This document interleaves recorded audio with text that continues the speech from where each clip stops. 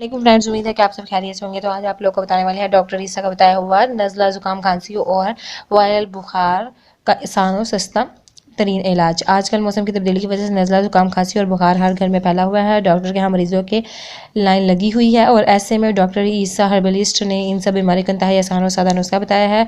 खुश्क खांसी और बुखार के लिए नज़ला ज़ुकाम खुश्क खांसी और बुखार के लिए 1 कप पानी में 4 से 5 दाने मुनक्का ले लें और 1 इंच का टुकड़ा दालचीनी का डाल दें। इनको 5 मिनट तक पकाएं। अब इसको नीम गर्म कहवे को 1 से 2 चम्मच छोटे बच्चों को पिलाएं, बड़े बच्चों को 4 से 5 चम्मच पिलाएं और बड़ों को आधा कप के करीब पिलाएं। खांसी बुखार जड़ से खत्म हो जाए। इसके साथ साथ सफ़ेदे का तेल जो कि आपको पंसार की शॉप से मिल जाएगा, चंद कतरे खौलते हुए पानी में डाल दें और इससे स्टीम लें। बिल्कुल सारी तकलीफ खत्म हो जाएगी।